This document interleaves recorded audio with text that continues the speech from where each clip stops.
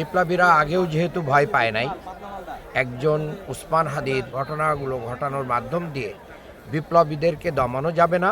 যথাযথ পদক্ষেপ গ্রহণ করা যায় তাহলে নির্বাচনে কোনো প্রভাব পড়বে বলে আমি মনে করি না। বিপ্লবে যারা জীবন বাজি রেখে মাঠে নেমেছিল তাদেরকে পরিকল্পিতভাবে হত্যার যে মিশন শুরু করেছে পরাজিত শক্তি, তার বাস্তব শিকার হয়েছেন শরীফ উসমান হাদি।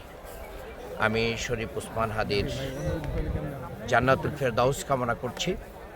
তবে বিপ্লবীরা আগেও যেহেতু ভয় পায় নাই, একজন উসমান হাদির হৃদয়ে আপনি দেখেছেন সারা বাংলাদেশ নয়, শুধু প্রবাসেও যারা আছেন তারাও উজ্জীবিত হয়েছেন। আমি মনে করি যে এই ঘটনাগুলো ঘটানোর মাধ্যম দিয়ে বিপ্লবীদেরকে দমানো যাবে না, তাদেরকে ঘরে বসে রাখানো যাবে না, বরঞ্চ বিপ্লবীদের এই কোরবানি আরও লক্ষ লক্ষ হাদির জন্ম দিবে এবং আমরা পরাজিত হব না। ভারতীয় আধিপত্যবাদ এবং পতিত আওয়ামী ফ্যাসিবাদের বিরুদ্ধে এই লড়াই চলবেই। আজকে দল মত পথ নির্বিশেষে এক মোহনায় এসে সবাই এই জানাজায় শরিক হচ্ছে। এটার মাধ্যম দিয়ে প্রমাণ করা যায় যে না, আমরা জুলাইয়ের প্রশ্নে, বাংলাদেশের প্রশ্নে সবাই ঐক্যবদ্ধ।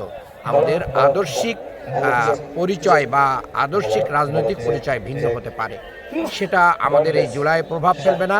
তবে অন্তর্বর্তী সরকার এবং বাংলাদেশের আইন শৃঙ্খলা বাহিনীকে এই জুলাই আন্দোলনে যারা নেতৃত্ব দিয়েছেন, ভূমিকা রেখেছেন, তাদের নিরাপত্তা ইনশিওর করা আমাদের সরকারের দায়িত্ব বলে আমি মনে করি। এটা আমাদেরকে করতে হবে এবং জুলাই যারা আছেন তারা নিজেরাও আমাদেরকে নিজেদের চলাফেরা এবং অন্যান্য কাজগুলো আরও সতর্কতার সাথে করলে পরাজিত শক্তি যেখানেই পাওয়া যাবে সেখানেই তাদেরকে পরাজিত করতে হবে। এটার মাধ্যম দিয়ে আবার জুলাইয়ের চেতনা সমুন্নত হবে, বাংলাদেশ এগিয়ে যাবে।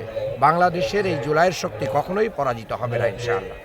এই যে এই ধরনের ঘটনায় নির্বাচনে কোনো প্রভাব দেখেন, এক শ্রেণীর মানুষ নির্বাচনে প্রভাব ফেলানোর জন্য এটাকে নিয়ে অনেক কথাবার্তা বলেছে। আমি মনে করি যে আমাদের যদি কোনো ত্রুটি থেকে থাকে নির্বাচন কমিশন সহ অন্তর্বর্তী সরকারের, তাহলে সেটা সংশোধন করে আগামীতে যদি যথাযথ পদক্ষেপ গ্রহণ করা যায় তাহলে নির্বাচনে কোনো প্রভাব পড়বে বলে আমি মনে করি না।